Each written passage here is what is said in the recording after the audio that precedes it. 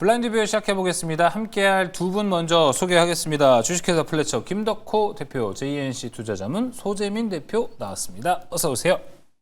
소재민 대표 어떤 종목 준비했을지 확인해 보겠습니다. 블라인드 공개해 주세요.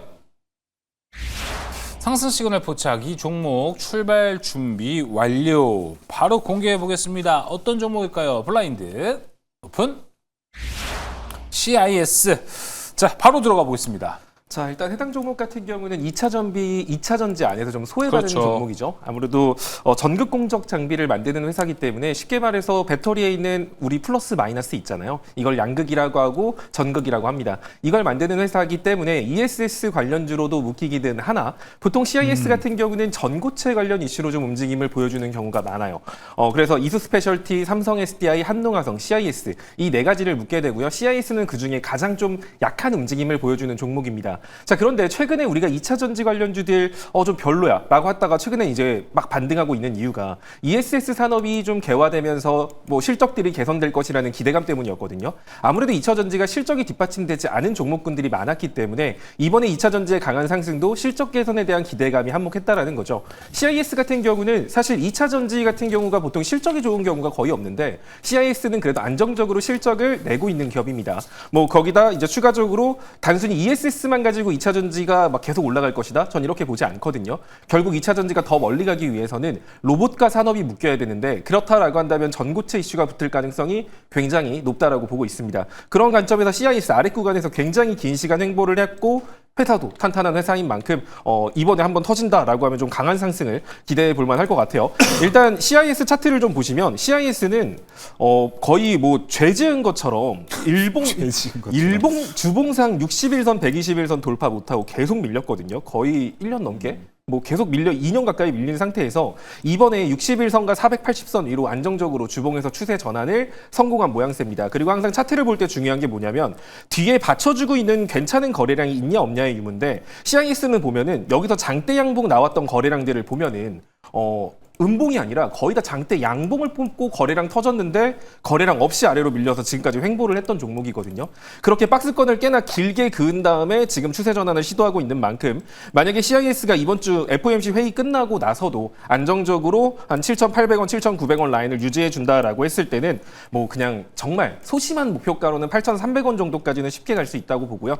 조금 길게 본다라고 하면 9,000원 정도 선까지도 추가 상승 여력 있는 종목이라고 보고 있습니다. 일단 매수 같은 경우는 현가부터 241선, 7,300원 정도까지 FOMC 이후 시장 조정 염두하시면서 분할 매수하시면 될 것 같고요. 단기 목표가 8,300원, 그리고 손절가는 7,100원 제시해 드리도록 하겠습니다. 네, CIS였습니다. 목표가, 손절가 체크 한번 해보시고요. 자, 이어서 김덕호 대표 오늘 어떤 종목 준비했을까요? 바로 가보겠습니다. 블라인드 공개해 주세요. 업종 내 강한 모멘텀, 이 종목 주도주 가능성 부각. 바로 가보겠습니다. 블라인드 오픈. 네이버.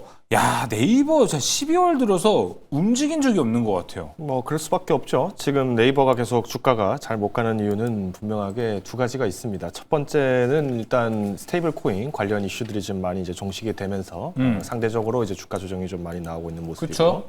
두 번째는 이제 AI 부분이 지금은 시스템 소프트웨어보다는 피지컬 AI에 좀 더 초점이 맞춰져 있다 보니까 하드웨어, 즉 우리가 로봇 섹터에 좀 더 강점이 좀 들어 있다는 걸 알 수가 있습니다. 그래서 네이버는 사실 실적면으로 봤을 때 내년 상반기 기준으로 29만 원까지가 아마 정되겠습니다. 내년 말까지 29만 원 도전하는 거는 그렇게 어렵지는 않을 거라고 보고 있어요. 근데 일단 실적을 보시면 아시겠습니다만 이번 3분기 같은 경우에도 뭐 커머스 그리고 핀테크가 굉장히 탄력적으로 성장을 했기 때문에 지금 AI를 직접 접목을 해서 실적을 견인을 하고 또 이걸로 효과적으로 매출을 올리고 있는 기업은 사실상 네이버가 유일무이하다라고 저는 보고 있습니다. 이번에 이제 현대차의 신차 내년부터 나오는 이제 출시하는 현대차 신차에도 또 이제 네이버 지도가 탑재가 되면서 AI 주행 경험을 이제 제공하겠다라고 얘기가 나왔어요. 그러니까 한마디로 내가 자주 가던 주유소의 경로를 기억을 하고 있다가 오늘 기름값이 얼마지라고 하면은 주유소에서 주유했던 가격을 제시한다든가 뭐 이런 모습들을 좀 더 우리가 기대할 수 있을 것 같은데요. 앞으로 이제 네이버가 도전하고 있는 것은 이처럼 이제 AI 주행뿐만 아니라 이제는 뭐 디지털 트윈을 좀 더 확장을 시킬 수 있는 본격적인 모멘텀이 이제 상품으로 나올 수 있다라는 점에서 긍정적으로 판단하고 있습니다. 또 이제 수수료 인상 그리고 이제 더 더불어서 두나무 인수 그리고 광고 매출 성장까지 내년에 기대되는 모멘텀들이 굉장히 많이 있기 때문에 지금도 여전히 매수는 가능하다고 판단하고 있고요. 다만 이제 지난 11월, 10월 때 이제 고점을 계속 이제 돌파를 하지 못하는 원인은 일단 금리 인하를 토대로 이제 비트코인을 비롯한 암호화폐 시장에 대한 거래가 활성화됐을 때 또 다시 한번 주가 탄력이 단기적으로 나올 것으로 보입니다. 그래서 호흡은 길게 가져가시는 걸 권고를 드리겠고요. 매수는 뭐 지금 비중이 만약에 20% 이상이신 분들은 최대한 자제하시고요. 오히려 지금은 기술적 대응에 초점 두시는 걸 권고드리겠습니다. 내년 말까지 목표 주가 29만 원, 그리고 손절가 22만 5천 원 제시드리겠습니다. 내년 말까지요? 네. 1년 후? 그렇죠. 알겠습니다. 네이버. 자, 일단 뭐 내년을 바라보고 봤을 때는 아주 좋은 주식. 그리고 우리가 이게 거론이 안 돼서 그렇지만 요새 금리 인하 수혜주도 되고 있기 때문에 네이버 관심 있게 지켜봐 주시면 좋을 것 같습니다. 자, 소재민 대표가 준비한 전략은 무엇일까요? 블라인드 공개해 주세요. 안정적인 수익을 위한 투자 전략은 바로 이거다. 바로 가보겠습니다. 블라인드 오픈. 매수 포인트 확인. 오늘도 좀 어떻게 좀 짚어주실 것 같은데, 야, 오늘 FOMC 전날인데 이게 될까요? 그래서 이제 만약에 FOMC 회의 결과가 이제 어떻게 나오냐에 따라서 정말 시장이 전고점을 돌파할지 조정이 나올지가 결정될 것 같죠.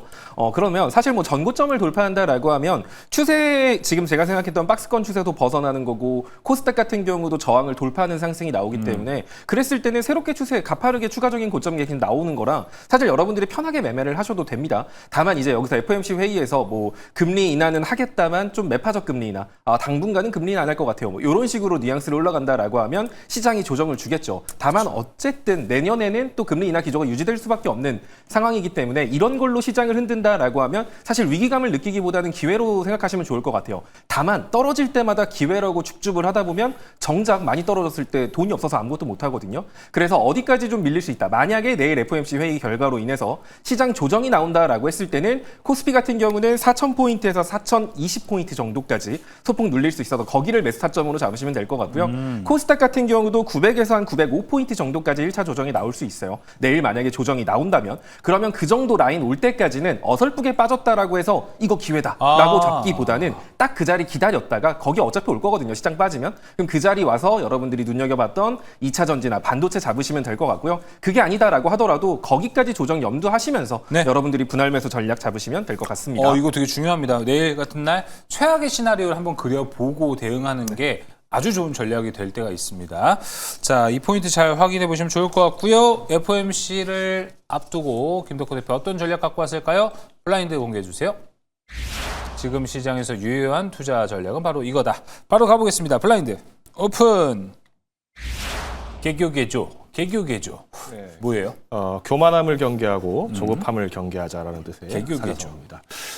지금 FOMC에서 사실상 25bp 인하 가능성이 굉장히 높다라고 패드워치에서도 뭐 거의 90% 이상 확률성을 뭐 지금 점치고 있는 모습인 것 같습니다. 그런데 여기서 이제 시장이 지금 최근에 그러면 금리 인하가 된다라고 했을 때 그러면 당연히 그동안 지금 주가 놀림이 나왔던 뭐 IT라든가 반도체 그리고 뭐 AI주들이 급등을 해야 되는데 아직까지도 그런 모습이 나오지 않다는 거는 그만큼 이제 조심스럽게 시장이 대응을 하고 있는 모습을 확인할 수 있을 것 같습니다. 일단 금리 인하가 만약 목요일 날 이후 진행이 돼서 금요일 시장에 좋은 분위기를 탄다 하더라도 이때 오히려 조급하게 접근하시기보다는 좀 더 중지없이 보여야 될 것이 있습니다. 바로 다음 주에 일본의 금융정책결정위원회가 있죠. 최근에 이제 일본 중앙은행의 이제 총재가 금리 인상 가능성을 언급을 했기 때문에 저는 여전히 엔캐리 종식 여부를 좀 더 주목을 하고 있습니다. 지금 제가 최근 들어서 계속 매집 전략은 내년 상반기까지 중장기 매집 전략을 가셔야 된다라는 원인이 바로 여기 있는데요.